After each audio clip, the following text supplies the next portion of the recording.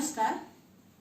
कक्षा 8वीं विषय विज्ञान पार्ट 3 वायु के अंतर्गत आज हम वायुमंडलीय दाब के प्रभाव का अध्ययन करेंगे। गुड मॉर्निंग बच्चों, कैसे हैं आप लोग? अच्छे ही होंगे।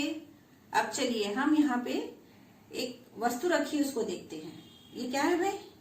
ये ग्लोब है, सभी जानते हैं। अब ग्लोब यानी पृथ्वी का मॉडल। बच्चों, आप लोग यह जानते हैं कि हमारी पृथ्वी के चारों ओर वायु स्थित है, हवा स्थित है। हवा को हम देख नहीं सकते, हवा को हम महसूस कर सकते हैं जब वह बहती है। देखिए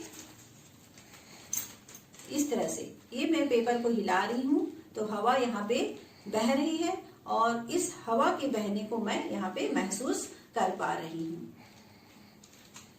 तो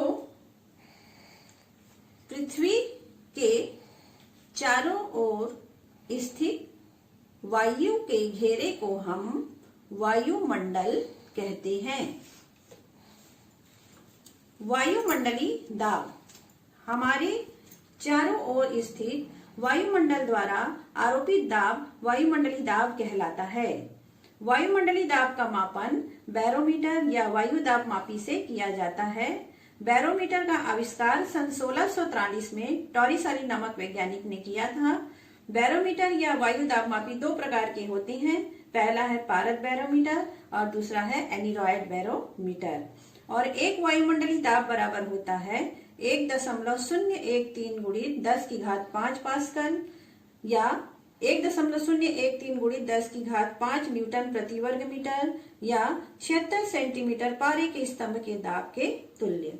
तो बच्चों, आपको इसको अपनी कॉपी में लिखना है।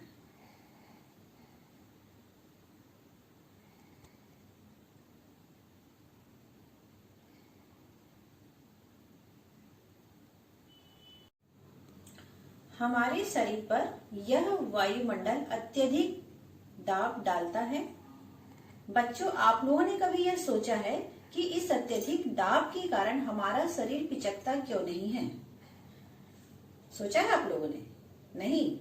तो बच्चों, जीवधारियों का शरीर छोटी छोटी कोशिकाओं से मिलकर के बना होता है और इन कोशिकाओं के अंदर में तरल पदार्थ होते हैं और ये तरल पदार्थ अंदर से अपना दाब आरोपित करते हैं।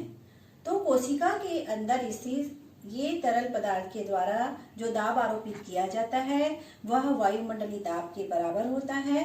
इस कारण हमारा शरीर पिचकता नहीं है। क्या बच्चों, आप लोगों ने कभी यह सोचा है कि तरल पदार्थ के द्वारा कोशिका के अंदर में जो दाब आरोपित किया जाता है वह यदि वायुमंडलीय दाब से अधिक होगा तो क्या होगा? तो इसको समझने के लिए बच्चों हम लोग एक क्रियाकलाप करेंगे जो कि वायुमंडलीय दाब के प्रभाव को प्रदर्शित करता है। इस क्रियाकलाप को करने के लिए हमें 2 खाली रिफिल, बैलून या फुग्गा, खाली बोतल की जरूरत पड़ेगी। अब देखिए बच्चों, मैंने यहाँ पर बोतल के ढक्कन पर 2 छिद्र किया हुआ है और इसमें मैंने खाली रिफिल को फंसा दिया है और एक रिफिल के अंदर में ये देखिए बैलून को रबर बैंड की सहायता से बांध दिया है और दूसरा जो रिफिल दिख रहा है इसमें बैलून को नहीं बांधा गया है। अब बच्चों, आप लोग देखिए, ये बोतल है, इसके अंदर वायु भरी हुई है।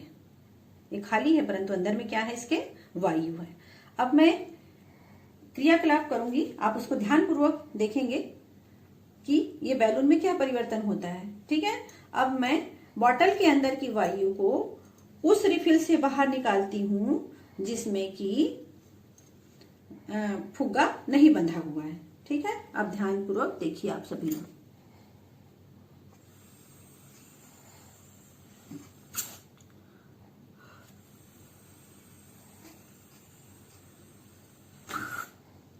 क्या हुआ भाई? गुब्बारा फूल गया। ऐसा क्यों हुआ? क्योंकि अंदर में अंदर की वायु को मैंने रिफिल से बाहर की ओर निकाल लिया, जिसके कारण अंदर का वायुमंडलीय दाब कम हो गया और बाहर की ओर वायुमंडलीय दाब अधिक है, जिसके कारण क्या होता है, ये जो इस रिफिल से वायु अंदर की ओर गुब्बारे में प्रवेश कर गई। और कभी कभी ऐसा होता है कि यह गुब्बारा फूट भी जाता है क्योंकि अंदर की वायुमंडलीय दाब कम हो गया। ठीक है, अब ठीक इसी तरह से जब हम पृथ्वी के ऊपर की ओर जाते हैं तो वायुमंडलीय दाब कम हो जाता है और जिसके कारण हमारी रक्त वाहिनियां फूल जाती हैं और कभी कभी वह फट भी जाती हैं। और वायुमंडलीय दाब में परिवर्तन होने के कारण मौसम में भी परिवर्तन होता है। जहां अचानक कहीं पर वायुमंडलीय दाब कम हो जाता है तो वहां पर आंधी तूफान आता है और कभी कभी बारिश भी हो जाता है। तो बच्चों, आप लोगों को ये वायुमंडलीय दाब का प्रभाव अच्छे से समझ में आ गया होगा। Thank you. बच्चों, आपको यह होमवर्क अपनी कॉपी में करना है। इनके उत्तर दीजिए। प्रश्न पहला, वायुमंडलीय दाब से आप क्या समझते हैं?